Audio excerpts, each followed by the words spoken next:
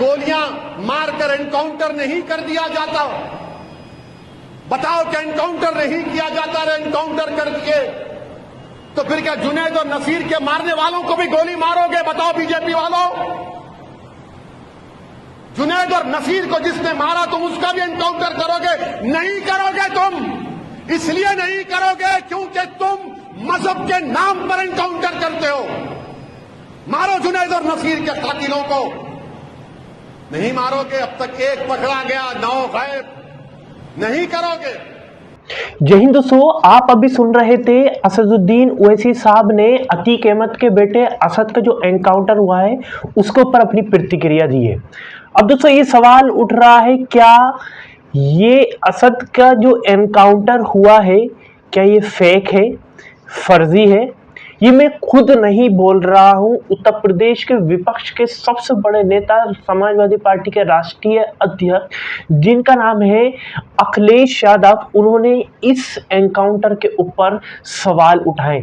वहीं दोस्तों साथ के साथ बीएसपी पार्टी यानी बहुजन समाजवादी पार्टी की राष्ट्रीय अध्यक्ष बहन कुमारी मायावती ने भी इस एनकाउंटर के ऊपर सवाल उठाए। आखिर अखिलेश यादव और बहन कुमारी मायावती जी ने इसके ऊपर क्या कहा है वो आगे हम बात करने वाले हैं। पर अतीक अहमद के बेटे असद का जो एनकाउंटर हुआ है, असद के ऊपर क्या क्या आरोप थे वो सबसे पहले जान लेते हैं। स्क्रीन पर देखिए, 5 लाख का इनाम था इस पर अतीक अहमद के बेटे असद पर।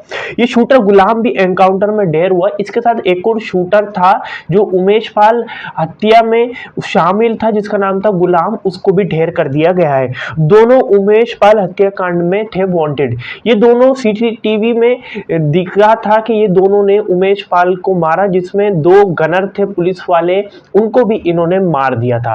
वही साथ के साथ एसटीएफ का दावा विदेशी हथियार भी हुए हैं बरामद। जब इनका एनकाउंटर हुआ है दोनों का तो इनके पास से विदेशी हथियार भी बरामद हुए हैं। दोस्तों 49 दिन से इनकी तलाश थी उमेश पाल को, आज 49 दिन हो गए हैं। 49 दिन के बाद यूपी पुलिस एसटीएफ ने असद को मार गिराया है, ढेर कर दिया है।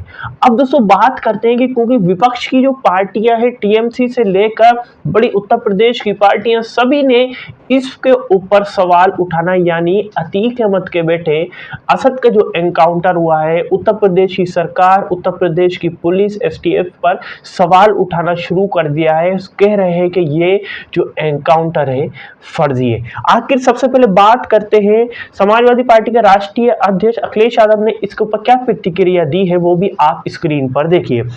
झूठे एनकाउंटर करके भाजपा सरकार सच्चे मुद्दों से ध्यान भटकाना चाह रही है।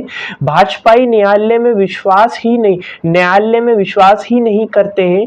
आज के वे हालिया एनकाउंटरों की भी गहन जांच पड़ताल हो, वह दोषियों को छोड़ा न जाए। सही गलत के फैसलों का अधिकार सत्ता का नहीं होता। भाजपा भाईचारे के खिलाफ है।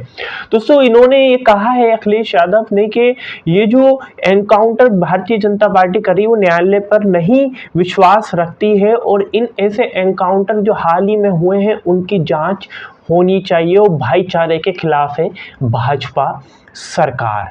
अखिलेश यादव के ट्वीट पर आपकी क्या राय है नीचे कमेंट बॉक्स में जरूर बताइएगा।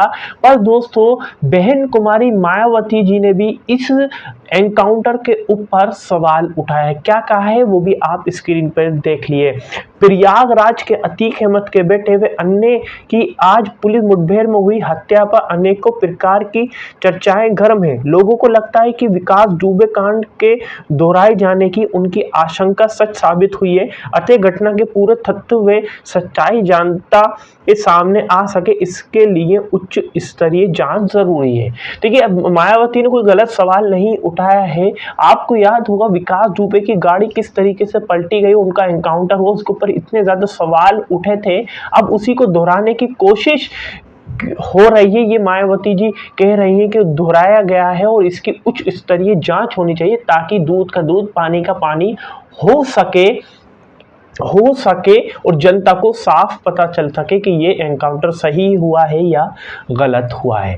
भाई दोस्तों देखिए, अगर अगर एनकाउंटर गाड़ी पलटवाना है, नीति है योगी आदित्यनाथ की, और इस तरीके से एनकाउंटर करना है तो फिर तो जज को ख़त्म कर देना चाहिए, सारे जजों को छुट्टी पर भेजने चाहिए, कोर्ट को बंद कर देना चाहिए और अदालतें बंद कर देनी चाहिए, कॉन्स्टिट्यूशन को हटा देना चाहिए। फिर योगी आदित्यनाथ की हर कहीं सरकार बनवा दे, बीजेपी की हर कहीं सरकार बनवा दे, और जो भी ऐसा काम करे उसकी किसी की गाड़ी पलटवा दे।